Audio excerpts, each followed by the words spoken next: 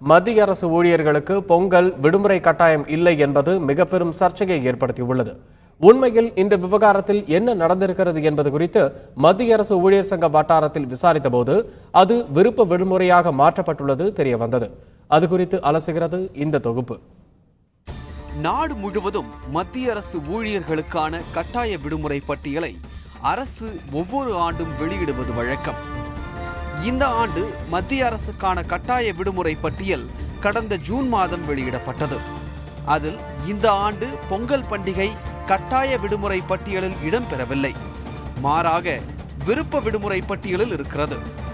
சுதந்திர தினம், குடியரசு தினம், தீபாவளி உள்ளிட்ட 14 நாட்கள் கட்டாய விடுமுறை பட்டியலில் உள்ளன. இவை தவிர்த்து அந்தந்த மாநில பண்டிகைகளுக்கு ஏற்ப மேலும் 3 முக்கிய தினங்கள் கட்டாய விடுமுறை பட்டியலில் சேர்த்துக் கொள்ளப்படும். அந்த 3 தினங்களும் அந்தந்த மாநிலத்தில் உள்ள மத்திய அரசு ஊழியர்கள் நல்வாழ்வு ஒருங்கிணைப்பு குழுவின் மூலம் நிர்ணயிக்கப்படுகிறது.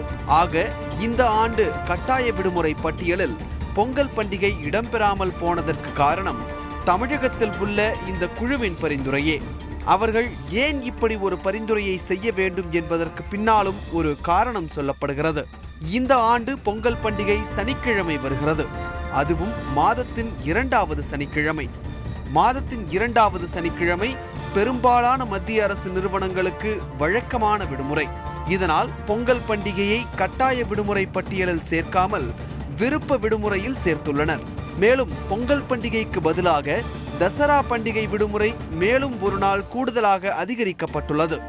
இதோடு சேர்த்து மேலும் ஒரு நாள் விடுமுறை எடுத்தால் அந்த வாரத்தில் தொடர்ந்து 4 நாட்களுக்கு விடுமுறை கிடைக்கும் வகையில் இது திட்டமிடப்பட்டுள்ளது.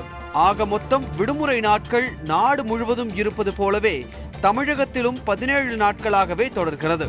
பொங்கல் தவிர ஓணம், சித்திரை விஷு, ஹோலி, சிவராத்திரி, ராமநவமி, விநாயகர் சதுர்த்தி உள்ளிட்ட பல பண்டிகைக்கான விடுமுறை விருப்ப விடுமுறை பட்டியலில்தான் உள்ளது என்பது குறிப்பிடத்தக்கது.